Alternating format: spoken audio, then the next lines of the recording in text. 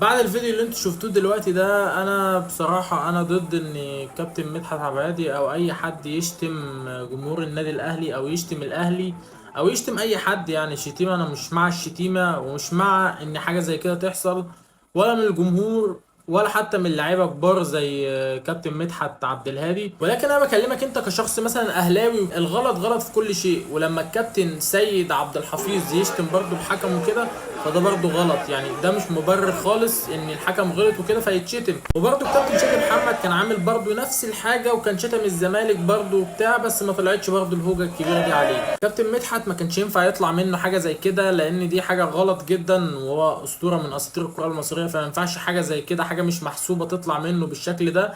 دي حاجه انا شايفها غلط، زي ما غلط على كابتن سيد عبد الحفيظ ان هو يعمل كده، زي ما غلط برضه على كابتن شادي محمد ان هو يعمل كده. كل الناس دي غلطانه، ما ينفعش ان هم يعملوا كده. دول قيمه وقامه، ناس كبار على الاقل لعبوا كره قدم وناس عارفين يعني ايه رياضه، فما ينفعش يحصل منهم حاجه زي كده من وجهه نظري.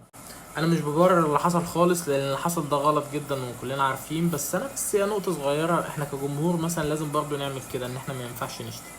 فاهم؟ احنا بنعمل حاجات بلاوي لما بنروح الاستاد، كلنا عارفين ايه اللي بيحصل وبتاع، وبنشتم ازاي وبنعمل ايه وبتاع، بس احنا الفكره ان محدش عارفها. فاهم؟ فاحنا مش هنقعد ننظر على بعض يا جدعان.